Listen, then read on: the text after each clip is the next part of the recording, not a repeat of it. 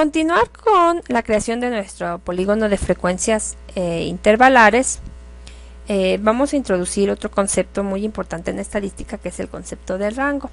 Que el rango es una medida de dispersión que nos dice la distancia que hay entre el dato menor y el dato mayor.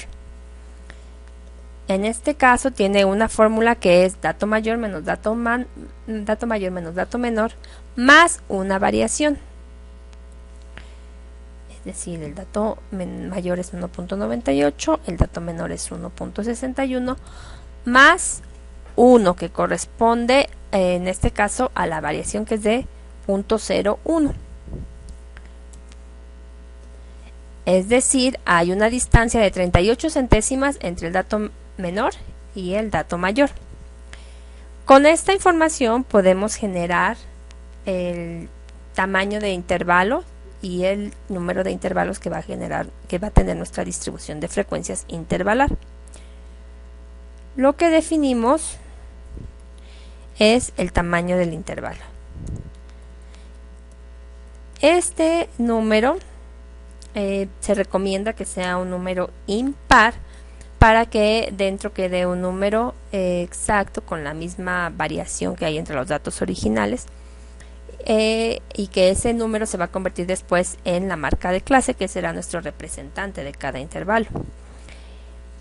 Para esta distribución de frecuencias podríamos considerar un tamaño de intervalo de 3 centésimas o de 5 centésimas o de 7 centésimas, y podríamos calcular el número de intervalos con esta fórmula. El número de intervalos se calcula dividiendo el rango entre el tamaño del intervalo que queramos manejar. De esta forma obtenemos que si tenemos un tamaño de intervalo de 3 centésimas, podríamos obtener 13 intervalos. Si tenemos un tamaño de cada intervalo de 5 centésimas, entonces vamos a obtener 8 intervalos. Si tenemos un tamaño de 7 centésimas, entonces podríamos obtener 6 intervalos. En términos generales se recomienda que el número de intervalos no sea menor a 7 ni exceda a los 14. Depende ya un poco de la persona que esté representando, pero esos serían los parámetros, ¿no? De 7 a 14 intervalos es un buen número. En este caso yo lo voy a dejar entonces con un tamaño de intervalo de 5 centésimas. Para generar los intervalos voy a introducir los conceptos de límite inferior y límite superior. Entonces el primer intervalo lo voy a dejar del 1.60 al 1.64, que incluiría o que correspondería al tamaño del intervalo de 0.05.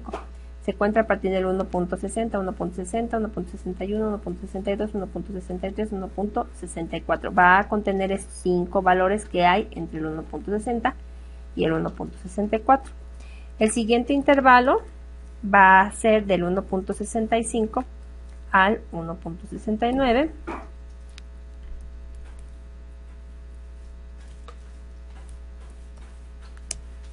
El siguiente del 1.70 al 1.74, luego del 1.75 al 1.79, del 1.80 al 1.84, el 1.85 al 1.89, del 1.90 al 1.94 y del 1.95 al 1.99. Y si contamos, nos dan los 8 intervalos que ya sabíamos que nos iban a dar con la fórmula que tuvimos aquí. Entonces tenemos 8 intervalos con el límite inferior, con este límite inferior y este límite superior. Voy a centrarlos nada más. Ahí está. Ahora,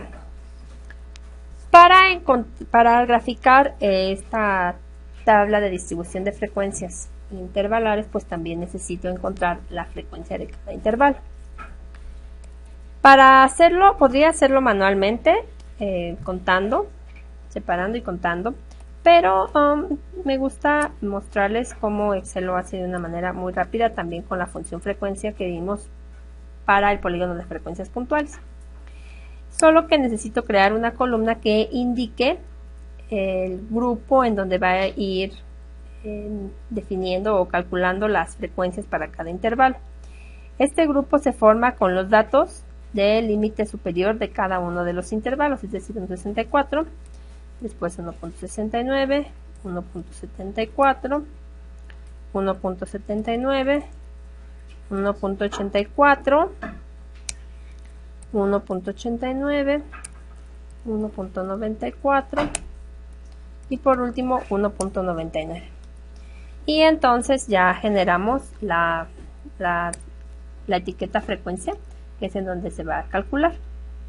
Como vamos a volver a usar la función frecuencia, recuerden que hay que señalar antes que otra cosa, antes de introducir la fórmula, hay que señalar el rango de celdas en donde se va a calcular. Una vez señalado, entonces ahora sí introducimos la función frecuencia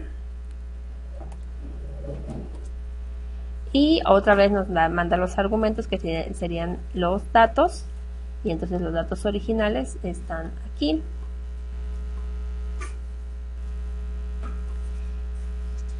Y los grupos, en este caso los grupos corresponden a los límites superiores de cada uno de los intervalos. Cierro el paréntesis de la función y recuerden que esta función aplica si seleccionamos la combinación de teclas Control Shift Enter. Y listo, se calculan las frecuencias de cada uno de los intervalos, es decir, hay dos datos menores de 1.64, 24 datos menores de 1.69 y mayores de 1.64, que fue el grupo anterior, y así sucesivamente. Si queremos comprobar que esta esté bien, esta frecuencia esté bien, recuerden que esta suma de frecuencias pues nos debe de dar el total de los datos, que son 100. Y ahí está. Bien, con estos datos podemos hacer ya el polígono de frecuencias.